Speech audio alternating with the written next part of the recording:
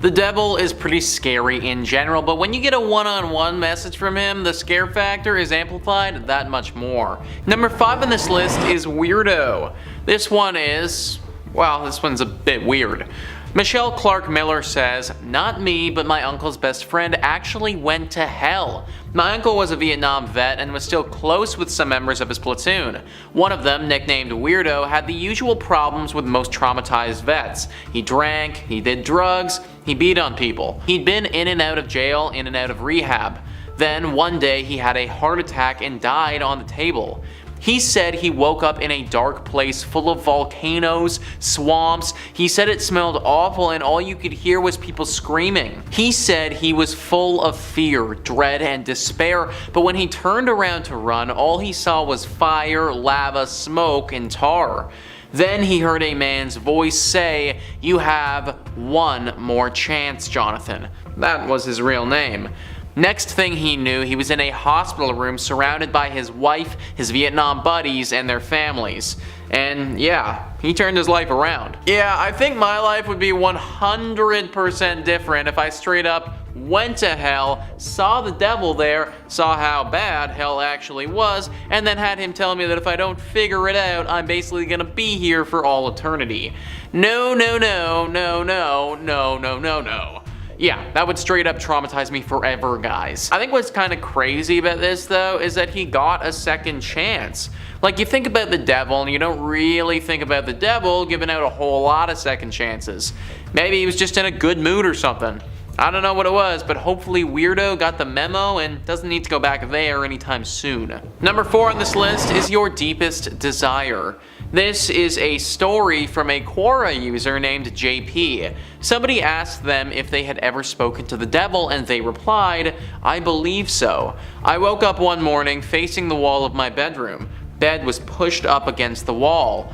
Rolled over the other direction, and there standing in front of me was a guy just standing there, wearing a suit, very typical of a well-dressed businessman. I was going through a rough time, personal stuff. He says one thing to me, 'I can give you what you want.'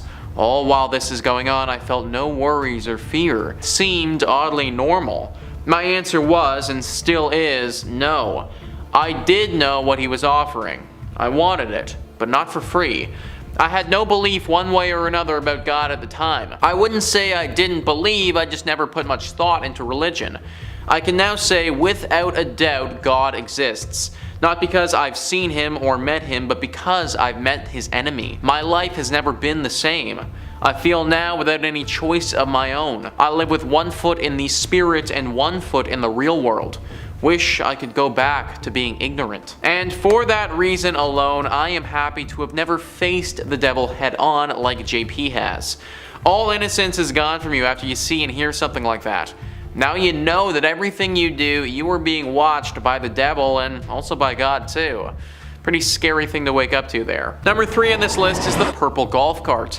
So I told this story in another video we did talking about the devil, but I have to tell it again considering how terrifying it actually is. Jeremy is a 31-year-old man who just over a decade ago lost his father. On that day, the one of the death though, he received a crazy message, one that haunts him to this day. It was early in the morning and Jeremy was on his way to work. His phone rang, he didn't know the number. Jeremy picked it up. He said hello. No response, the line was flat. He could tell that someone was on the other end, but they didn't say anything back. He said hello again. Nothing. He thinks, okay, butt dial, and is about to hang up when a muffled voice comes up. The voice sounded identical to his father's. His father's voice was soft and there was something wrong. It almost felt as if his father was being forced to speak. He told Jeremy to beware of the purple golf cart and that if he saw it, it meant that he was going straight to hell. Before Jeremy could ask any questions, a loud maniacal laugh was heard over the receiver and the phone hung up. He was rightfully freaked out at this point, so he quickly dialed up to his dad. No answer. Then he called his mother. She picked up and he heard sobbing. She told him that she was just about to call him and that his father had just died. He was out on the golf course driving around a purple golf cart and the cart's brakes stopped working. He accidentally drove straight off of a cliff. From that day forward, Jeremy is a full believer in the devil and in hell. He's told his story many times and thinks that when he received that unknown phone call, it was actually his dad calling him from hell. The devil was forcing him to call his son, and that maniacal laugh at the end of the call was the devil himself loving the brutality of it all. Jeremy hasn't come within a golf course ever since that call and refuses to. Golf carts, or frankly anything golf related, is strictly off limits for him. If he touches or even sees a purple golf cart, that could be the end.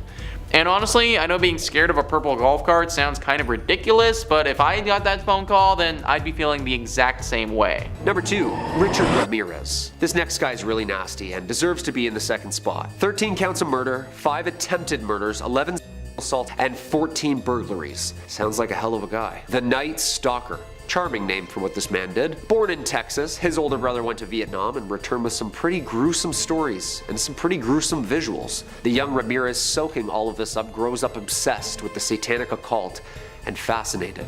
He made various references to Satan during his legal proceedings. His trial began in 1989 and he was convicted of 13 murders and a variety of other crimes. Nearly 2 months later, he was sentenced to death, with the judge stating that his crimes showed, quote, cruelty, callousness, and viciousness beyond any human understanding. And the worst part was that he made most of his victims pray to Satan and swear on Satan that they were going to tell him the truth, whatever he asked. I'm not really going to get into the sick details of really what this man did, nor will I with the number 1 spot, but it involved hammers, machetes, ropes, knives, guns, you name it, anything violent. He was an absolute nasty creature that liked to torture his victims and really drive the satanic love for you-know-who. First responders would have taken pictures of numerous satanic symbols drawn on the walls in almost a ritualistic reenactment. He was captured by the use of the huge media surrounding his story on the way to take his next victim's life. His trial was truly a disgusting display of media attention, one of the most expensive court cases to date, losing only to O.J. Simpson. He screamed "Hail Satan" at his hearing and flashed self-harm pentagrams. He died of cancer in 2013. This guy must have signed some sort of book for you-know-who. Coming in at number 1, Charles Manson. Okay, so most of us are all familiar with this man and his famous case amongst American pop culture. Ramirez was said to have been a copycat of this man, and I can see why with all the satanicness. California in the late 1960s. A criminal, musician, and a victim of LSD studies, Charles Manson would go on to start and lead the Manson family cult. A small religious group with unclear motives but lost souls and a ton of drugs, and a father to now a family. In summer 1969, some of the cult members committed murders in LA. Apparently, Manson had ordered his followers to kill the people who had lived at the address he had given them for their initiation. The murder of actress Sharon Tate and 4 others in her home on August 8th and 9th, including the La Biancas the next day. Another 2 victims. 4 members of the family committed the murders under Manson's instructions and satanic offering. Manson apparently heard voices that there was going to be a race war brought on by religious disputes, and that these killings were an offering to who exactly? The famous helter-skelter message, incoherent scribbles, blood all over the walls. They were then to hide underground in, quote, the bottomless pit under Death Valley, which Manson knew the location of, but instead were caught on the run days later. Manson was sentenced to life in prison under the pretense that he was the one who targeted, planned, and brainwashed his, quote, piggies into committing. While in prison, Charles was diagnosed with schizophrenia and paranoid delusion disorders, seeing visions and hearing voices for more than half of his life. He died in prison in 2017. Yeah, I've seen what Tarantino did with his latest movie, and it's definitely a subtle PG-13 fiction version of what actually went down on that night. Number 5, Niccolo Paganini. The first up on our list today of people who summoned the devil or a demon of some kind is Niccolo Paganini, who was once called the devil's violinist, which is quite the nickname. Looks great on a resume. I didn't know the devil really hired out help like that. Paganini, which does sound a bit like a delicious sandwich, was born in 1782 in Genoa, Italy. Under his father's influence, he was given lessons by renowned violinists, quickly becoming a prodigy. His musical talents were praised, and he was given all manner of scholarships. He had his first performance at 11, and by age 15, he was already touring around Italy performing. Just in case you needed something to compare yourself to and feel bad about your own achievements. Don't feel bad. I'm 26, I haven't toured Italy once. He was particularly well known for being able to perform recitals without sheet music. He memorized everything and was apparently able to play 12 notes a second at an inhuman speed. Now, while this could be explained by the fact that he'd been raised to play the violin in a Spartan-like upbringing, locals around Genoa began to whisper and tell stories of how he must have sold his soul to be able to play the violin like that. It also didn't help much that Niccolo's pale, lanky, and quite ghost-like appearance made people a bit suspicious of the guy. I get it, as someone who's very tall, lanky, and ghost-like, people ask me all the time, Taylor, did you sell your soul to be so good at YouTube hosting? The answer?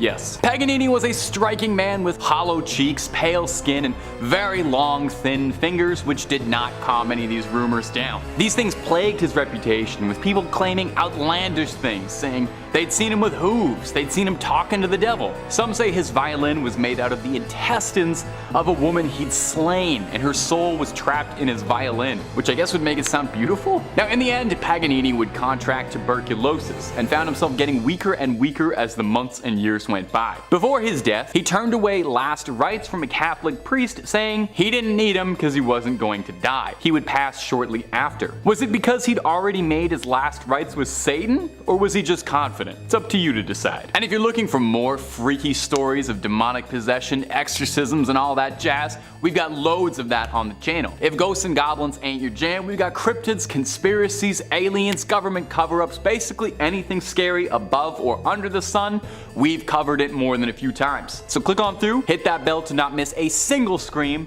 but please, do that at the end of this video, okay? We got way more scary stories coming up for you. Number 4, Latoya Ammons. Our next entry on this list is Latoya Ammons and her mother Rosa Campbell, involving an infamous haunting that is sometimes referred to as the 200 Demon House or the Demon House. That's a lot of demons. A family moved into a new house in Gary, Indiana, only to quickly discover that the house already had plenty of residents. They claimed that black flies would swarm the porch every single day in December in a climate that should reasonably have had them die off. Mother Rosa Campbell claims she heard footsteps in the basement and doors creaking, and witnessed a shadowy specter of a man pacing around her living room, claiming he was leaving behind boot prints. Now that's pretty scary. But the most wild claim was that this spirit man once choked her directly. Rosa's daughter Latoya claimed that she levitated above her daughter while unconscious during a sleepover, leading to her friend praying for her safety until she returned to the ground. Another wild incident describes an unknown force pushing the son of the family firmly into a wall, with a voice in the back of his head screaming,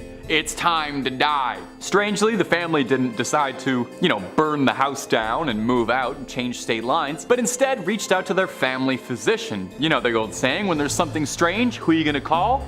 Your local general practitioner. Well, the doc visited the house and noted that he thought the behavior of the family was delusional. So the family went to Father Michael Maganote in 2012, who was called in to perform an exorcism. He believed the family had unintentionally summoned a demon and were being tormented by hundreds of demons. And the real estate agent didn't mention that, did he? In the end, the father exorcised the house, and the Ammons family moved to Indianapolis in peace, where they now await a movie deal from 20th Century Fox, I'm certain. Number 3, Robert Johnson. Robert Johnson could play the blues real well. In fact, he played it so darn well that people suspected he wasn't just really in tune with the music, but had made a deal with the devil to pluck the strings. Johnson was born in Mississippi in May 1911 and lived alongside his 9 siblings. Good gosh, imagine the rush for the bathroom in the mornings. He eventually made his way to Memphis, where he discovered his love for the blues, and boy howdy could he play them. By all accounts, he was a legendary harmonica player, but initially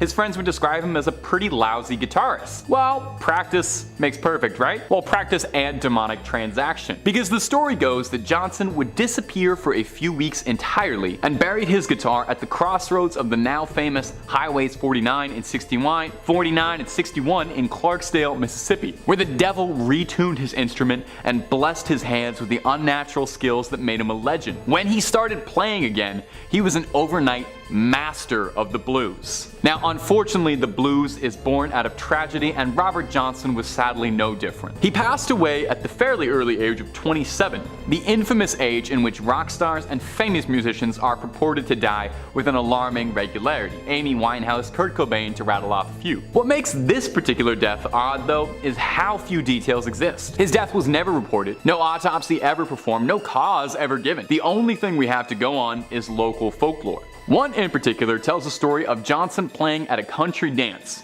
where Johnson had been flirting with a married woman, and she gave Johnson a bottle of whiskey, which was slapped out of his hands by Sonny Boy Williamson, another musician at the exact same show. And he told him not to drink anything that he hadn't personally seen the lid come off of, which is fairly good advice. And Johnson responded by saying, "Don't ever knock a drink out of my hand." Johnson would die in a convulsive state 3 days later, with some believing that he'd been poisoned by the woman and her husband as revenge. Or perhaps it was just the devil coming back for the merchandise that he'd paid for, his soul.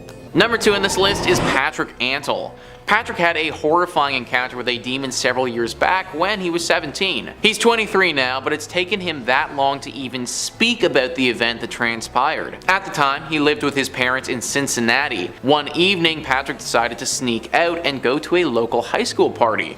The sneaking out process worked out fine and he made it to the party safely. It was on his way back though that he had the scariest moment of his life. He was walking back the way he came to go back home a little bit past 2 a.m. The area that he was in was rural and there weren't too many houses that he passed by. However, when he turned down the second last street before his own, he saw a house on the side of the road. It's a house. This shouldn't be anything serious, but what struck him as being weird was that he'd never seen that house before. Now, Patrick had been drinking a little bit that evening, so he just chalked it up to being a little bit drunk and kept walking down the street. When he was passing right in front of this house though, he stopped and glanced at it and noticed the garage door was open. Only a few seconds had passed when out of the darkness of the garage door, 2 red glowing eyes appeared in the night. His body immediately froze, and even though his mind was telling him to run, his limbs didn't want to cooperate. Standing stuck in the middle of the road, paralyzed, Patrick got struck with an overwhelming fear that his life might end right there, right then. The eyes dug into his skull and felt as if they were infiltrating his soul. Then he heard a voice. A voice that wasn't coming from the garage, but one that was actually coming right out of his own head. The voice was a deep, guttural snarl that said, "Turn away now or your body will burn in the deep fires of hell and your soul will be tormented for eternity." The message ended and his body hit the ground. He didn't take any time to think about what had happened, but just got up, ran home as fast as he could. It took him several weeks to work up the courage, but eventually he went back to that road and saw that the house that he had seen that evening wasn't there anymore. To this day, he has no idea what happened to him or who that was, but he believes that there is a really strong possibility that he encountered the devil and for some reason, it decided to let him live. And finally, number 1 on this list is Sister Josefa Menendez. Born in 1890 and only living 33 years, Sister Josefa Menendez saw her fair share of hell. She was constantly bombarded with visions of hell and the devil himself. So much so that she wrote about this in a book called The Way of Divine Love. The purpose of the book was to lead people away from hell and the devil, but writing it must have been difficult because she would have ran into Satan himself way too many times. Eternally burning fire and dark, never-ending corridors. That's what she saw hell to be filled with.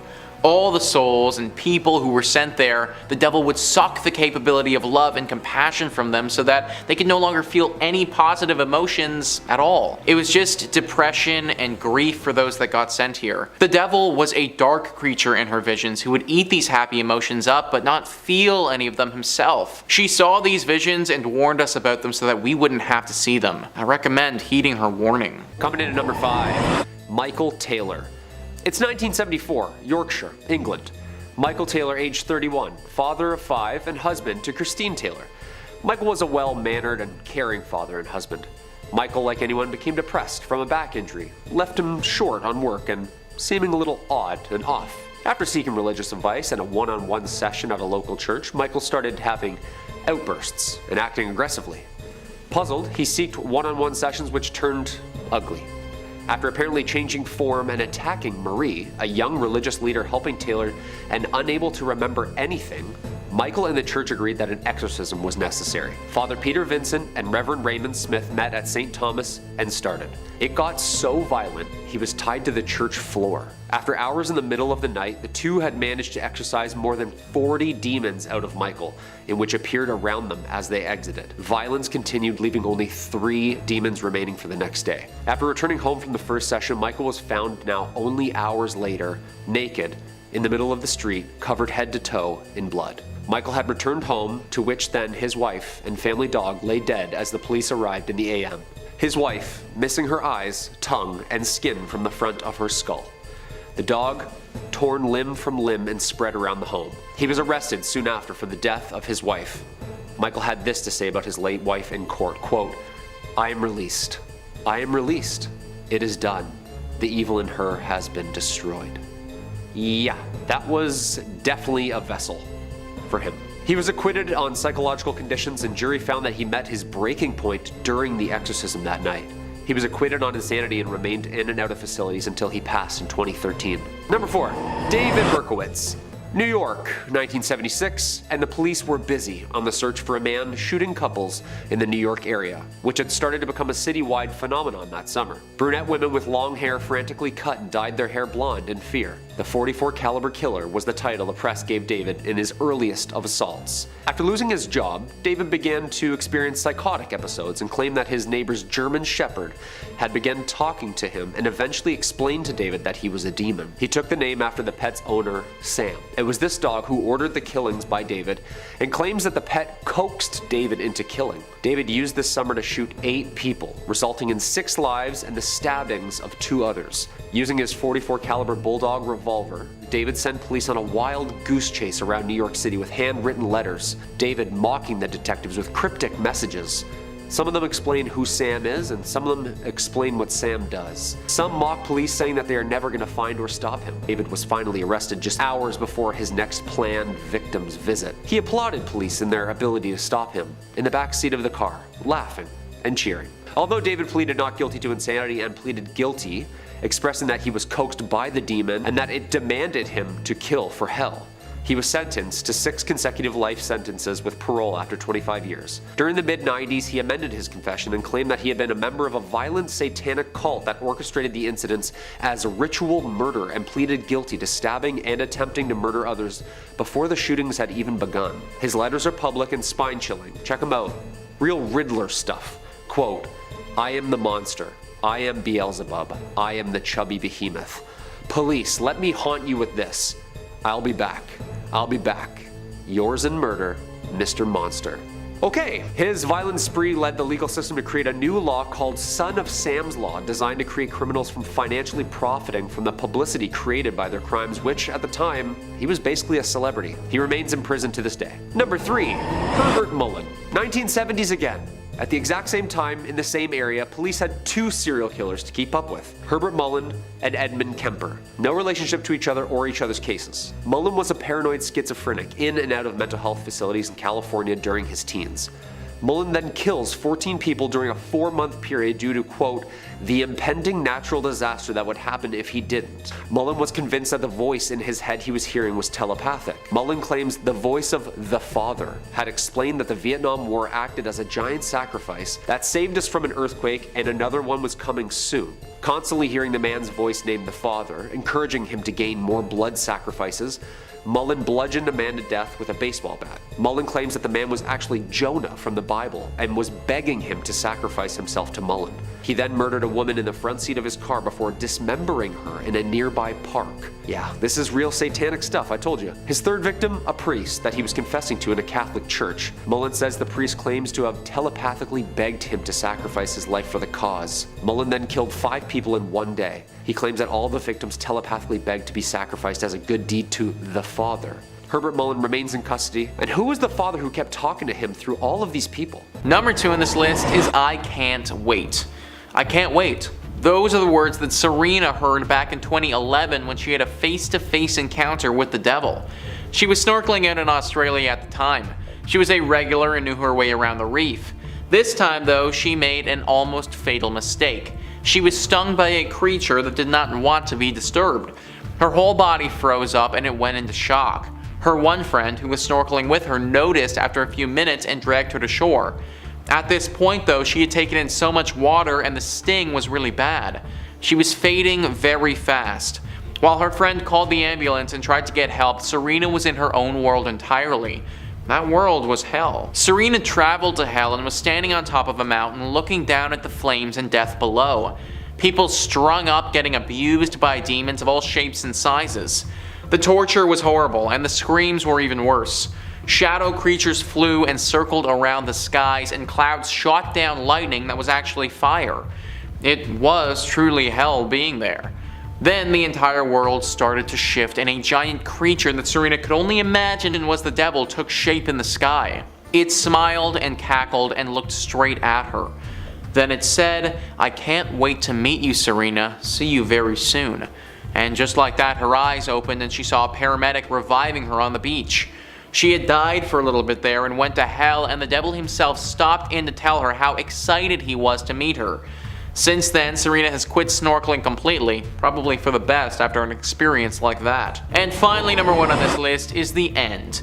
The devil has a lot of powers. We probably don't even know what they all are, to be honest, considering most people who deal with the devil don't last long enough to tell us about them.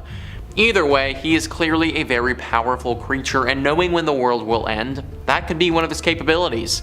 Well, apparently Bill Madigan had a run-in with him, and he told him just that. Bill was walking around the Black Forest in Germany, a haunted forest that we've actually talked a lot about on this channel before. He was hiking around when he saw some bright red glowing in the distance. He approached it and realized something was very wrong. He decided that he wanted to turn around and got a bad feeling, but his body actually wouldn't let him. His feet just kept walking in the direction of the light even though he wanted to stop. Finally, he got to the source of the light and he saw what he could only believe to be the devil performing some very sick and sadistic rituals that I can't even get into deep detail about because it's that bad. The devil looked at Bill right in his eyes and told him that he could take his life now, but instead of doing that, he wanted Bill to see his grand finale. He also told Bill that he wouldn't have to wait very long, only 2 decades from now his grand finale would be revealed. This happened back in 2016, so if we do the math, that would mean that the world might end in 2036.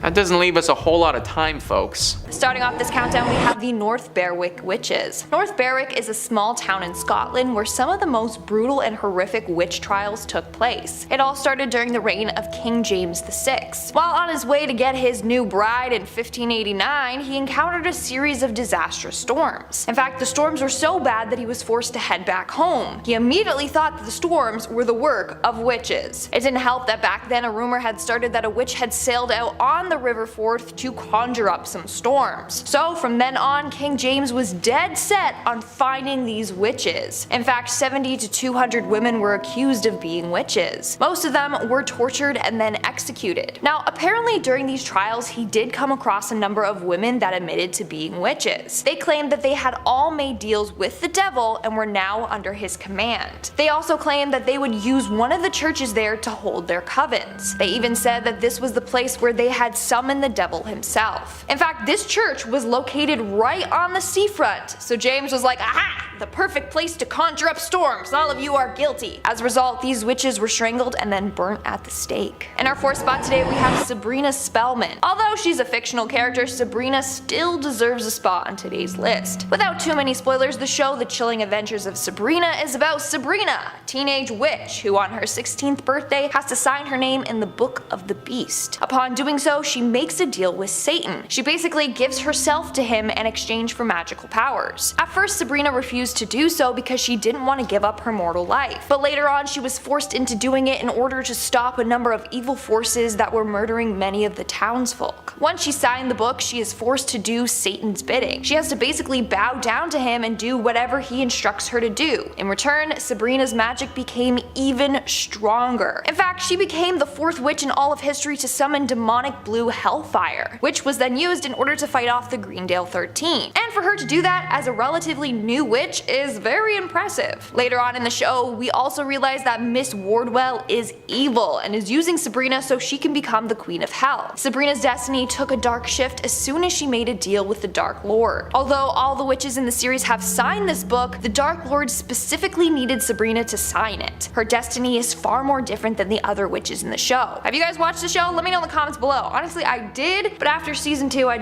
I couldn't anymore. Let me know your thoughts though. Moving on at number 3, we have Lilith. Now the description of Lilith varies depending on your beliefs. In Jewish folklore, Lilith is a female demon. In Luciferian witchcraft and Luciferianism, Lilith is described as the consort of Samael. Other people believe that she is the wife of Satan, or that Lilith was the first wife of Adam. But she wasn't that obedient to him, and Adam didn't like that, so Lilith left. Then God made Eve, who was more obedient. Lilith became jealous and turned into the snake that made Eve take a bite from the apple. The two were banished from the Garden of Eden, and Lilith turned into a demon. Her main goal, to get revenge on all men. Then you have the people that believe Lilith is a child-killing witch. She wasn't able to conceive, so she was jealous of pregnant women and would go around killing them or stealing their babies. In this case, we are looking at the version in which Lilith is a witch, obviously. In this case, Lilith is working alongside Satan to do his dark bidding for him. Their deal is that if she's with him, then she will work for him. But she's not always obedient. In fact, she has gotten frisky with other men. In the TV series Supernatural, Lilith is depicted as a white-eyed, powerful demon. She is said to be the first human that made a deal with Satan and promised to serve him. As a result, she became the first demon. In the chilling adventures of Sabrina, we end up finding out that one of the characters, Miss Wardwell, is actually Lilith. She is referred to as Satan's concubine and the mother of demons, and of course, she's a witch. In fact, she is said to be the first witch in existence. She made a deal with Satan, or the Dark Lord. According to her story, she was wandering the wasteland aimlessly when she encountered Lucifer, the fallen angel. She made a deal to heal the wounds caused by the loss of his wings, if he in return helped her. She then pledged allegiance to him and became his handmaiden. In the end, Lilith wants to become his queen, which is why she goes to the extreme lengths to do whatever he tells her to do. Number 2.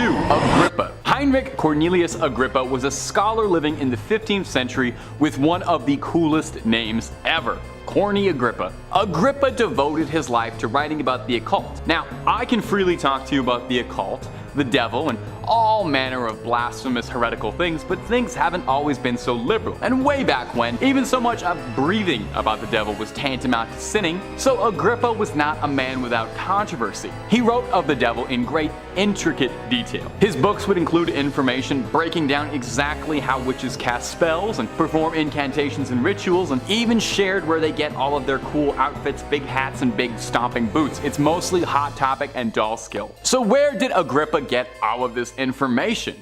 Was he just making it up? Was he really in tune with the local scene? Kind of. He claimed that when he was a young man, he gave in to the temptation of Satan and ran with a convent of witches, going around engaging in rituals and casting spells, and I gotta be honest, that sounds awesome. I did a similar thing when I followed Grimes on tour. Eventually, Agrippa is said to have cleaned up a little, got over his goth phase, and said to have found Jesus and saved his soul, and began to write books preaching the good word about how you should let Jesus in your life and push the devil on out of here. Surprisingly, Agrippa was never executed despite his open nature regarding his witchcraft and occult days. It's a common misconception that he was executed for his heresy, but actually in the end, Agrippa pushed people to be more understanding of demons and the devil, and pushed for people to know their enemy. He wanted to save people from the devil's grasp and save them through prayer rather than just burning them all at the stake, which is a noble goal. And number 1, Anna Eklund. Perhaps you've heard the story of Anna Eklund before. We've covered it on the channel, I think, and it was made into a popular movie, appropriately enough titled The Exorcism of Anna Eklund, so you don't confuse it with any other exorcism movies out there. Now, Anna's story is infamous. She's a young woman from America who has the dubious award of having the world's longest exorcism, spanning decades of exorcising. Those demons were in there good. Those are demons with like rent control. You're not getting them out of that apartment. It will begin in 1912 when Eklund underwent an exorcism by Father Theophilus Reisinger, a Bavarian priest. It seemed like things were successful and Anna was freed, but then in 1928, Anna began exhibiting all the telltale signs of demonic possession yet again, and Reisinger returned to perform a second exorcism on Eklund. Eklund was taken into a convent on August 1928 to be dealt with round the clock. She would behave oddly, to say the least, hissing at them like a cat, flying into fits of violent rage when offered food that had been doused in holy water. This exorcism was brutal even by exorcism standards, with Eklund allegedly levitating, howling, hanging out the door frame. Eklund was believed to be possessed by not just any old rank-and-file demon, but allegedly was possessed by Judas Iscariot, big celebrity demon inside, alongside the ghost of her own father. Alongside the ghost of her own father, who had an affair with her aunt and had made unwanted advances to Anna in life. After months of exorcising, and not the good kind, Anna's body deteriorated.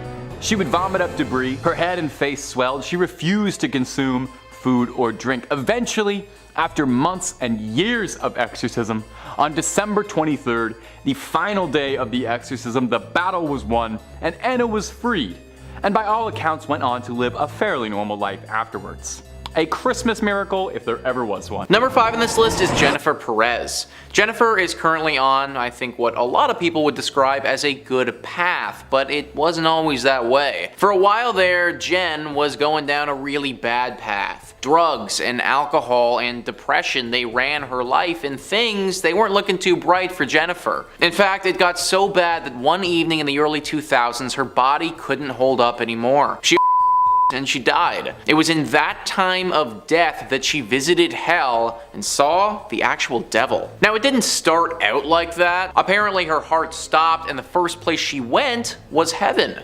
However, she wasn't allowed into heaven. The way she ran her life and the neglect that she had shown to her relationships was not going to grant her passageway. So they sent her down to hell. It was a horrible place, she said. As she fell from heaven's gates, it got hotter and hotter and hotter. The heat was unbearable and the air was filled with an intense smell of sulfur. Then she saw the people. Thousands upon thousands of them getting brutally tortured by all kinds of demons in all kinds of horrific fashions. And at the heart of it all, a massive red creature who she assumed must have been the devil. Eyes glaring, watching over all of it, almost like the way Sauron watches over things in The Lord of the Rings. Before she hit the hot hellish ground though, she woke up. She was revived, and her life was saved. From that point on, she has completely changed her way of life and tried to do everything in her power to never end up in that horrible place again with the devil watching over all of it. I imagine that if I ever saw the devil up close and personal like that, I might change my way of living as well. Number 4 on this list is Sim Calpin. Sim Calpin is a Reddit user who believes that several years ago they saw a demon, or maybe even the devil, in their own home. They write, "When I was about 17, I woke up in the middle of the night thirsty and I went into the kitchen to get some water. When I walked into the kitchen and flipped on the light, I saw what I can only describe as a large golem-looking creature. It looked me in the face and then screeched, a noise I will never forget, and then crawled on the walls into the unlit part of the house. Well, I wasn't sleeping or dreaming. I ran into my room and turned on music and did not sleep the rest of the night. I've only told a handful of people about it, and yes, I'm completely serious." I've never heard of the devil as being a golem creature, but it's certainly not impossible. What the devil would have been doing in your home, clutching your ceiling in the middle of the night, now, that's a better question. Personally, this probably rings closer to a demon than the actual devil himself. No disrespect to Sim Calpin here, but unless there is something particularly special about him, his family, or his home, then I don't really see why the devil would have been there. But then again, why is the devil doing anything that he's doing? Why would a demon have been there? There are a lot of questions involved in this story, and obviously Sim wasn't in a position to be able to ask when he ran into this thing at the time. At least it stayed in the kitchen and didn't follow him upstairs. Number 3 on this list is Jesus Christ. Jesus Christ was a very real dude, and he definitely lived one heck of a life. Now, he may not have actually seen the devil necessarily, but he definitely saw hell and all of its horrible details. There's a text called the Apocalypse of Peter that is written by the disciple Peter and describes the divine visions that Christ had of hell. Wikipedia says, the work details both heavenly bliss for the saved and infernal punishments for the damned. In particular, the punishments are graphically described in a physical sense and generally correspond to lex talones. Blasphemers are hung by their tongues, liars who bear false witness have their tongues set on fire eternally, callous rich people are made to wear rags and be pierced by sharp stones as would beggars, and so on. Yeah, so even though Jesus didn't necessarily see the devil, he saw what the devil was up to, and none of it's pretty good. I don't know about you folks, but I like my tongue the temperature that it's currently at, and having it lit on fire for eternity doesn't really sound like the best way to spend my time. It's no wonder Jesus preached so much about love and God and everything. My dude literally saw what was going to happen to all of us if we didn't do any of that. Jesus straight up knew that the devil was just waiting for the moment your soul passed over to hang you by your tongue and torture you forever. Number 2 on this list is Anne Catherine Emmerich. Anne Catherine Emmerich was born in 1774 and died in 1824, and she had quite a rough life while she was alive. During her time on Earth, she was constantly riddled with visions of hell. She saw so much of what is to come to those that sin that it felt as if she was living in hell while she was on Earth. Apparently, hell is similar to what we've conventionally drawn up, but it isn't exactly how we've pictured it. According to Anne, hell is a city. Not a pristine and beautiful one, of course, a burned down, disgusting city. Like a city that's just been through a horrible battle and all that stands are the ruins of it. Running through that city are also some swamps. These swamps are home to horrible creatures that are always hungry, and you and your soul, they're on the menu. The most notable creatures to live here are snakes. They will slither out of their swamps and attack those who are in the city, so you always have to be careful.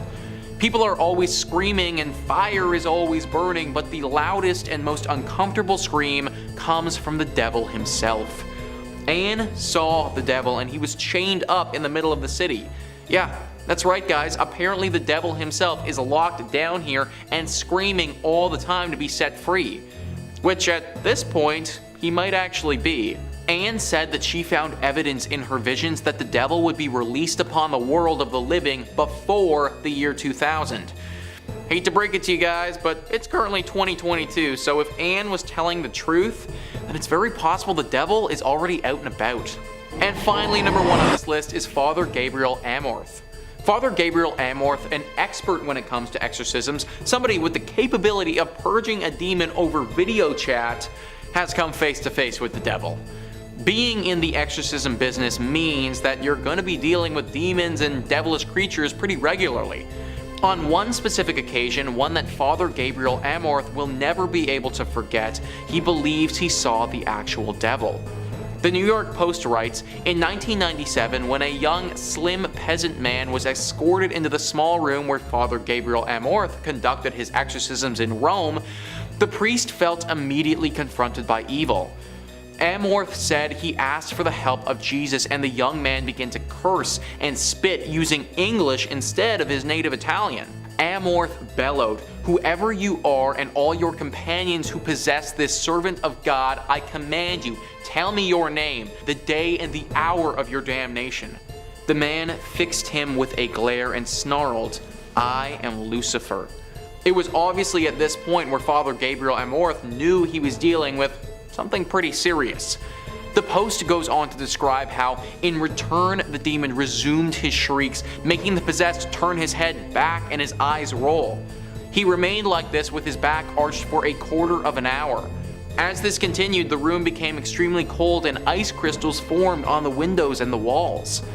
As Amorth continually commanded the demon to leave the host, the young man's body stiffened so much that he became hard and began to levitate. For several minutes, he remained hovering 3 feet in the air. Finally, the man dropped into a chair. Amorth said he left for the day but continued to regularly visit the man and pray over him until he was met with no resistance. Amorth died back in 2016, but during his life he had performed tens of thousands of exorcisms. This is a man who has seen it all when it comes to demons and anything from hell. The fact that this one exorcism sticks out to him as being the moment he knew he'd seen the devil makes me believe it to be true. That overwhelming sense of evil that the room was filled with, I can't imagine how that must have felt. Part of me wants to know just so I can experience it as well, but as the father would go on to describe, moments like this when you come face to face with evil as dark as that, it changes you as a person forever. It happened to him, and I imagine if you or I saw the devil in person, it would happen to us as well. Number 5 on this list is Bill Wise. Now, it's unclear whether or not Bill saw the devil specifically, but he came pretty damn close. Bill is the writer of a book called 23 Minutes in Hell, which, as you guys can imagine, is his story of how he spent 23 minutes in hell. Wikipedia says Wise states that he had been a Christian since 1970 but had never studied hell before his experiences on the night of November 22nd, 1998.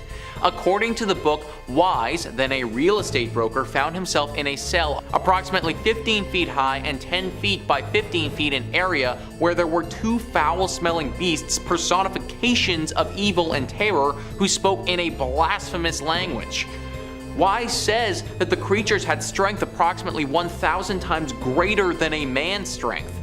Wise states that he had heard the screams of the billions of damned people in hell. He states that he encountered Jesus, who told him to tell other people that hell is real. Wise states that his first experience ended with him lying on the floor of his living room screaming in horror. Pretty frightening experience, and one that's changed Bill's life forever. Number 4 on this list is Marcus Stanek. Marcus Stanek claims that he saw the devil for real when he was only 10 years old. Back in 1982, Marcus was only 10 and he lived out in a farm in Missouri. His quiet little farm lifestyle was pretty much anything a kid could want. Even though his family had him put in a lot of work to keep things going, he had acres upon acres to run and play and do everything that a growing kid should love to do. One afternoon, he was doing just that. A few kilometers from the main farm was a forest. He would often go here when he had a long time to play. In that forest was a stream that cut through, and by the stream, Marcus had built himself a little fort, something that he had been working on all that summer. When he got there that day though, it wasn't how he left it. He arrived to his fort in a chipper spirit but quickly realized something wasn't quite right. His fort was ravaged, completely destroyed. It looked like something big had come through here and purposely wrecked it. And weirdest of all, there was this black liquid, almost sludge-looking substance that was on the remnants of his fort. He began to investigate, but suddenly everything went extremely cold. The air grew thick and there was a massive presence that appeared. Roughly 10 feet in front of Marcus was a dark, shadowy creature with black robes on, levitating above the ground. Bright red eyes pointed out of its shadowy face. The second he made eye contact with the being, he was no longer in control of his actions. His body wasn't his anymore. He fought for a while and tried to resist, but his body couldn't hold up and he blacked out. He woke up to a flashlight in his face and his mother's frantic voice calling out to him. It was hours later and he had been laying in the forest completely out cold since the encounter. He told his family about it, but they didn't quite believe him. They thought it must have just been a big animal that had frightened him. Marcus always knew though. That day he had seen the devil in person, and for some reason, it had let him live. Number 3 on this list is the Vision of Tundale. The Vision of Tundale is actually a book that details the account of an Irish knight. This knight took a trip to hell for 2 days, and I can promise you aren't going to find his itinerary on TripAdvisor anytime soon. In his trip to hell, he discovered that the devil is clearly very hungry. The devil has it all laid out so that people are cooked into a stew. They're done so in many different ways, but the biggest method for cooking these humans is by throwing them into giant frying pans with hundreds of other humans and cooking them until they're burned to death. Think that's bad though? Well, it gets a lot worse, guys. There are demons that are constantly running around hell with the specific mission of harming and causing pain to the human souls. Killing them by cutting them into pieces and then using their powers to bring them back to life just so they can cut them into pieces again. It's brutal, and it's what this place is doing all the time. Then there's the actual devil himself, or what this Irish knight thinks could have been the devil. Acheron is this giant monster that eats thousands of humans at a time. He's so big that these humans just fall into the deep pit that's his stomach and then get eaten by other beasts that are down there. Vipers and creatures that live inside this devil's stomach and wait to feast on these humans. If Acheron truly is the devil, then I highly recommend enjoying your time on Earth, because what comes next? Doesn't sound like the best time, folks. Moving on to number 2, we have Sarah Good. Now, if you have seen the Fear Street trilogy on Netflix, then chances are you might be a little familiar with this story. The movie was loosely based off of the real witch, Sarah Good, but in the movie they changed her name to Sarah Fear. So Sarah was one of the first 3 women that were accused of witchcraft. It was her, Sarah Osborne, and Tituba. These 2 other ladies were said to be real witches, and when they were accused, they brought forth Sarah Good's name, saying that she was a witch too. Little tattletalers. The townspeople were quick to believe this because Sarah never attended church. She lacked self-discipline and self-control, and she was 38, but apparently she looked like she was 70. That combined with the other ladies' testimonies had everyone against her. In fact, apparently when she was brought in front of the court, a number of witnesses began to twitch and rock back and forth and moan. So they were all like, damn, she's definitely a witch. Look at what she's doing to the people that accused her of being one. Not only that, but her own husband and daughter even admitted to Sarah being a witch as well. And then things kept getting worse and worse for her. At one point in her trial, one of the accusers started acting out and claimed that Sarah attacked her with a knife. In the end, of course, she was found guilty of witchcraft and was sentenced to death. But just before her death, she made a deal with the devil to curse a priest. She said, and I quote, "I am no more a witch than you are a wizard, and if you take my life, God will give you blood to drink." Now when she died, apparently the priest and his land both became cursed, just like Sarah claimed it would. To this day, it's said that Sarah continues to haunt the town, searching for those that have wronged her. And in our number 1 spot today, we have the Bowness witches. In 1679 in Bowness, Scotland, a number of women were accused of being witches. These women were Annabelle Thompson, Margaret Pringle, Margaret Hamilton, Bessie Yicker, and another woman named Margaret Hamilton. Now during this time, the hype and fear of witches was dying down. So people were shocked that out of nowhere 5 women were being accused. But rumor has it these women had renounced their baptisms and had been in contact with the devil on a number of occasions. They apparently had eaten, drank, danced, and had intercourse with the devil. Annabelle Thompson even admitted that she had made a deal with the devil for a better life. She had been widowed twice, and so she turned to the devil for help, and in return she would be loyal to him. She then invited the other women to come over and do all these things with the devil with her. The women then apparently formed a demonic pact with each other and Satan. One of the Margaret Hamiltons also admitted that she had met the devil. She claimed that the devil came to her in the form of a black dog. And she said that she was his servant for 3 decades already. And another was accused of using her witch magic to help get wealth. As a result, all the witches were found guilty and were strangled at the stake before being burned to ashes. Number 5 on this list is the Devil's Town. The Devil's Town is a place in Serbia that's basically a collection of very interesting natural forming rocks, or at least we think it's natural forming. Mehana Mihajovic says the Devil's Town is one of the widely known places in Serbia. Situated between 2 ravines of the creepy names the Devil's Ravine and Hell's Ravine, there lies the spookiest natural monument. Over 200 randomly formed stone poles up to 20 meters in height. Almost all the poles carry the black cap from volcanic rock andesite, adding to the overall peculiar atmosphere around the place. Close to the locality, there are fresh mineral water wells and ruins of an old church. The mysticism of the Devil's Town Natural Monument keeps fueling the imagination of the local people. One of the widely known legends suggests that a long time ago, local people threw a wedding party for a brother and a sister that fell in love with little help from the devil's spells. God wanted to punish all the attendees and turned them into the stones where they still lay to this day. The other legend suggests that the devil's poles are actually local kids who refused to learn and decided to live an immoral life stripped of knowledge. It sure sounds like a great way to make your kids do their homework. So regardless of which legend you choose to believe in, this is evidence that the devil was once around here. As far as what sort of message this leaves behind, I guess you need to be the one to decide, right? Is this a way for the devil to just reinforce his legitimacy? Is this a way for the devil to instill fear in people? Is this a way for the devil to tell us that we should actually be fearing God? These are all interesting things to consider and think about when we're talking about the Devil's Town.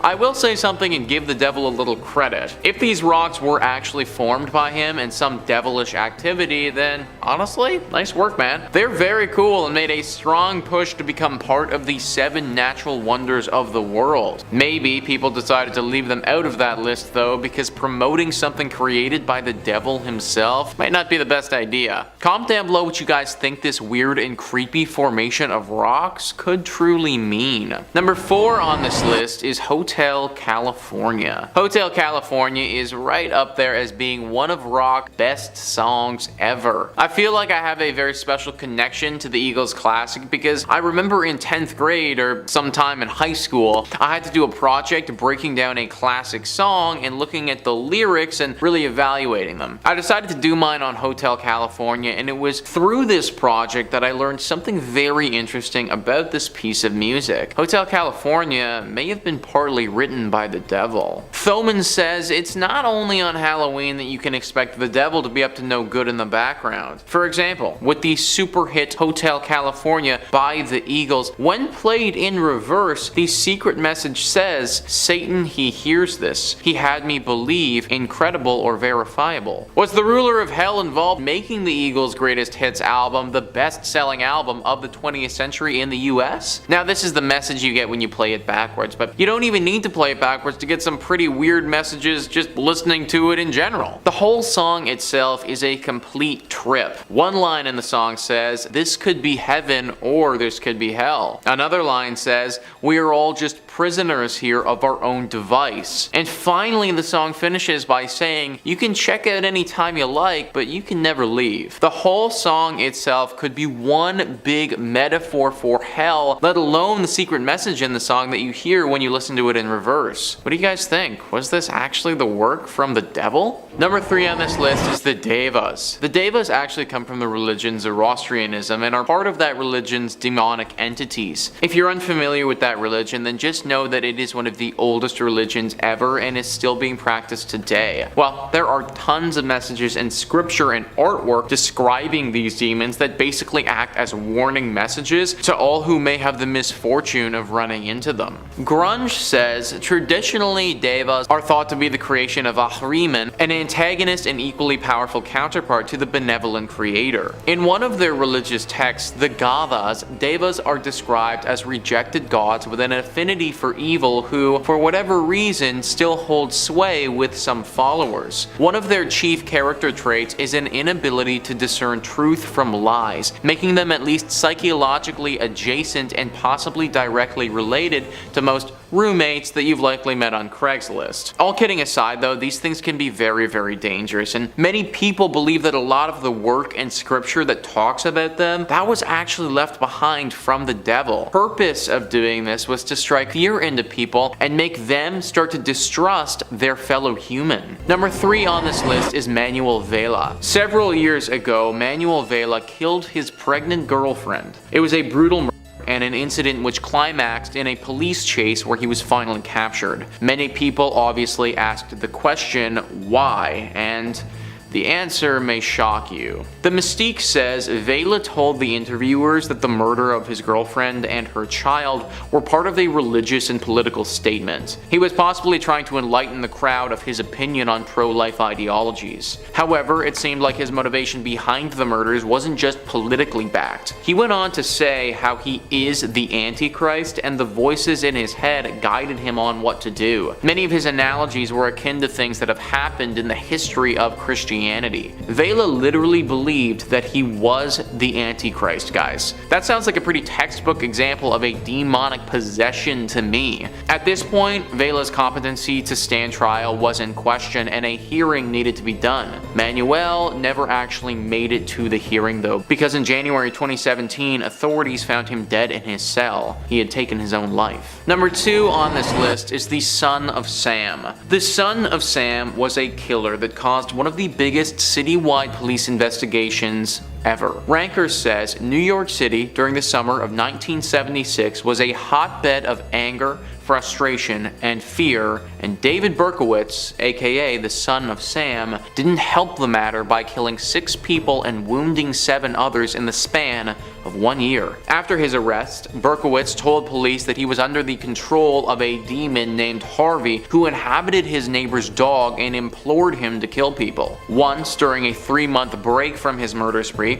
Berkowitz wrote the New York Post to say, "I am still here like a spirit roaming the night, thirsty, hungry, seldom stopping to rest." After being incarcerated, Berkowitz received a sentence of 365 years in prison, by the way. He became a born-again Christian, but he still believes that the devil and God are fighting for possession of his soul. No wonder this guy got 365 years. Not only did he kill 6 people, but to write to the Times saying that he's still thirsty and hungry, yeah, this is clearly a man that needs to be kept behind bars for literally ever. Once again, I want to stress the fact here that I'm not a religious man personally. When I hear a story like this, I believe that it's far more likely that the son of Sam was just truly mentally unstable and probably in need of some very serious help. He truly believed, though, that a demon had called upon him and was using his body as a vessel for evil. We may never know what truly caused him to do this, but at least he's locked up for good and won't be doing it again anytime soon. And finally, number 1 on this list is Michael Taylor. Several decades ago, Taylor was apparently possessed by a horrible demon, and this time it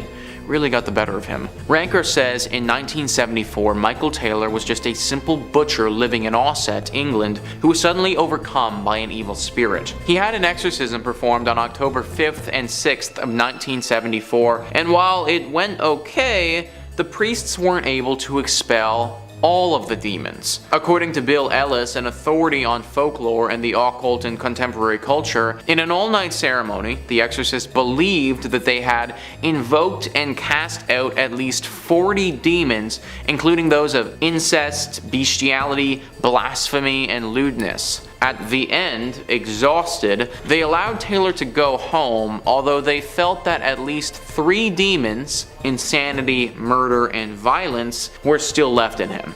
So, you know, kind of the big 3. After he returned home, Taylor immediately murdered his wife by ripping out her eyes and tongue and then tearing off most of the skin from her face, finally strangling their pet poodle. Police found Taylor standing in the street naked and covered in blood, shouting, "It is the blood of Satan." This is truly one of the most graphic crimes I've ever read about, honestly. Like, to think that this happened in real life is extremely scary. Also, if he was possessed by some type of demon, like, what demon was this and how do we all avoid this? I feel like this is pretty pertinent information considering what Taylor ended up doing. Number 5 on this list is the stone pressing. Let's take a second and think of the worst ways to die. Just a little thought experiment. Drowning, that would suck for sure. Apparently that is one of the worst pains you'll ever feel. Being burned alive, that would be really freaking bad. Nothing seems to hurt more than a bad burn. I think, getting eaten alive, like that's just full on getting mauled by something.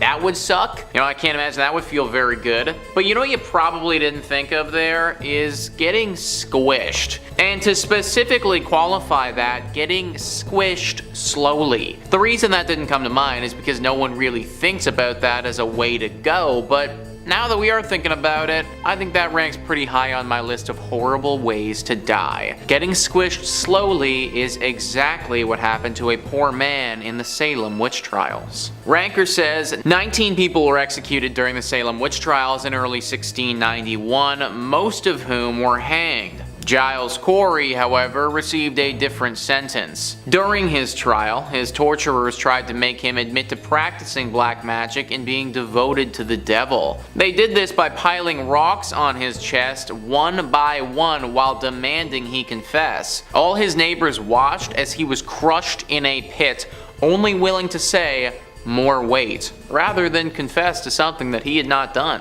These proved to be his final words before he was pressed to death and was buried in an unmarked grave. Imagine just walking out your door one day, minding your own business, then getting taken away by the authorities, accused of something that you probably have absolutely no knowledge of, and then found guilty of that said thing. Then, as your punishment for that crime that you didn't do, you get taken to the public square and all of your neighbors and friends come out to watch as you get rocks slowly piled onto your body, eventually resulting in all of your bones to break and your internal organs to burst. Yeah. This really sucked for my dude Giles. The Salem witch trials, in my opinion, are one of the most messed up times in history. Like, that entire scenario is just one freaking mess, people losing their minds over something that they don't understand. And poor Giles got crushed for it, and now we can all remember on his tombstone. Number 4 on this list is specimens. Whenever I hear the word specimen, I get a pretty distinct image of science and laboratories, test subjects. I think of movie scenes where there are vials of weird substances and really smart people doing some really questionable forward-thinking stuff. What I really don't want to be thinking about though is dead bodies. That's pretty much what we have here though. Creepy says, Ohio Asylum is known for its creepy and thrilling gravestones. However, 2 of those gravestones are amongst the most horrific ones. These tombstones read the word specimens only, with no other details like date or name. What freaks people out is the imagination of what the word specimens could possibly be referring to. What are these specimens of? Many theories had been made. Specimens of body parts of the deceased or bodies of on whom the untested medications were tested. We always knew that the old asylums were bad news, but this is taking it to another level. Like old asylums back in the day would run some very questionable experiments against people's wills and do things that they never should have done. This was also absolutely ridiculous because the whole point of these places should have been to help people who are dealing with mental issues. Even after all of this though, I never would have thought that it would have gotten to this. To be sent to this place and then later, after having had multiple experiments done on you that your body probably didn't respond well to then be reduced to a small box buried outside that reads specimens on it. To not even have a name anymore, but just to be considered a failed science experiment. This is some super sick and twisted stuff right here, guys, and it's part of the reason why asylums were feared for so long. Number 3 on this list is the baby monster. This one is not only scary, but it's also really sad. If a gravestone has the word monster on it to describe what is underneath said gravestone, then one gets a pretty scary and creepy image. This is not the full truth though when it comes to what happened with this gravestone. Creepy says this tombstone was inscribed in a time when the word monster was often used to describe a person with serious deformities in any form. Considering that, and also the short span of time for which the baby lived, it can be theorized that the baby was severely deformed and could not live for very long. The death of said individual is not certain, and it's intriguing to know that no real name was given to this baby. When this child would have been buried, you have to imagine that it would have been in an era where whatever deformities it did have wouldn't have been understood. People may have suspected the devil or some demonic presence to have caused what happened here. The sad truth is that this was a kid just like anyone else who just kinda got a little bit unlucky at birth. Back in this day, that sort of unluckiness though wouldn't have been accepted or tolerated. So in this case, we're just left with a really creepy gravestone that should make us all very thankful that we were born in this era and not back then when this sort of stuff would happen. Number 2 on this list is the Unforgiving Society. This next one should make you very happy that you live in the time period that you do now, but also make you think a lot about some of the recent political shifts going on in the United States. Creepy says, this tombstone is of a girl who died a sad death. She passed away in very unfortunate circumstances. She was impregnated before marriage, after which she struggled to get an abortion for her parents' honor. When making her tombstone, the creators could not help but feel guilt for her story. The words on the tombstone describe how unfair and unforgiving the cruel society had been to her. Now the tombstone actually reads, Kate McCormick, seduced and pregnant by her father's friend. Unwed, she died from abortion, her only choice. Abandoned in life and death by family, with but a single rose from her mother. Buried only through the kindness of unknown benefactors. Died February 1875, age 21. Victim of an unforgiving society, have mercy on us. Now the first thing that I thought of when I read this was the abortion laws that are being stripped right now in the United States. This is a very polarizing issue where strong opinions are had on all sides, but this tombstone, in my opinion, is a clear example of what can happen when that right is stripped away from women. Kate didn't deserve the fate that she got, and maybe the scariest part about all of this is that this storyline, the one that we saw right here, I mean, a similar one could still happen today. And finally, number 1 on this list is Mary C.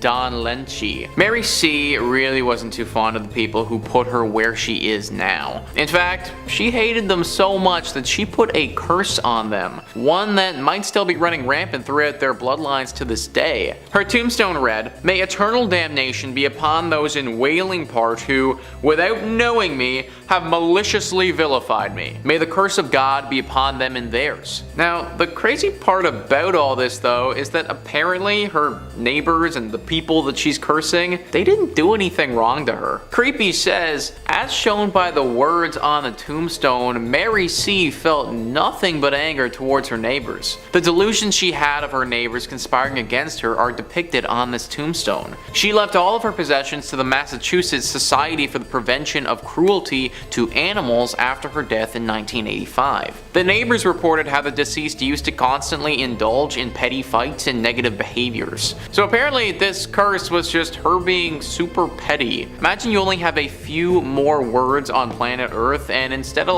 telling your family you love them and stuff, you decide to curse your neighbors who literally did nothing wrong to you. This curse hasn't been super effective though, which is a good thing. Apparently some of the members of the cursed family have noticed something every now and again, but nothing too major that should make anybody freak out. Still though, really hoping that I don't become my neighbor's punching bag and get cursed from beyond the grave for literally nothing. Number 5 on this list is the Panama 7. The following story happened only a few years ago and is a horrifying tale where 7 people in Panama were found dead from a terrifying ritual. The BBC writes 10 people have been arrested on suspicion of murder. The suspects and all victims were thought to belong to the Nagobi indigenous community. The grave was discovered after 3 villagers escaped and made their way to a local hospital last weekend, prosecutor Rafael Baloy said. They then alerted authorities about several families being held by an indigenous-run sect. On Wednesday, police raided the community located in a jungle region in northwest Panama, some 250 kilometers from the capital Panama City. They were performing a ritual inside the structure. In that ritual, there were people being held against their will, being mistreated, said Mr. Balois. All of these rites were aimed at killing them if they didn't repent their sins. Inside the makeshift church, officers found a naked woman, machetes, knives, and a ritually sacrificed goat, Mr. Balois said. The site was controlled by a religious sect called the New Light of God, believed to have been operating in the region for about 3 months. According to Mr. Balois, the kidnapping and torture started last Saturday after one of the members claimed to have received a message from God. The victims were then kidnapped from their homes, beaten, and killed. So let me ask you guys, does that sound like something that God would tell you to do? Gather up a bunch of people, hold them against their will, and torture and kill them? To me, if any sort of entity was to tell you to do something like that, then that would be a demon or maybe the devil. Maybe that demonic entity would portray themselves as God or someone else, but I don't know what type of God would do something like this. To be completely honest, folks, I'm really not a religious person, so when I hear something like this, I believe that this was the work of people who were extremely sick or misguided. But I can guarantee to them, they probably really felt like they were acting as the vessel for some higher being. I think in this instance though, they really did misjudge who that higher being was. This happened literally back in 2020 as well, guys, so really not that long ago. My heart truly does go out to the people that were killed and to the families of those who were taken way too soon. Number 4 on this list is The Devil Made Me Do It. This famous Ed and Lorraine case may be the best example of when someone tried to claim a demonic possession led to a crime. The case is centered around a young man named Orrin Cheyenne Johnson and the man that he murdered, a 40-year-old named Alan Bono. Mental Floss says there was no question that Johnson killed Bono. However, his defense attorney, 33-year-old Martin Minella, planned to argue that the 19-year-old was not guilty by virtue of demonic possession. Ahead of the trial, Minella pled his case through the media, giving interviews to major press outlets. The courts have dealt with the existence of God, and now they'll be asked to deal with the existence of the demonic spirit, Minella told People. The day after Johnson was arrested, Lorraine Warren called the Brookfield police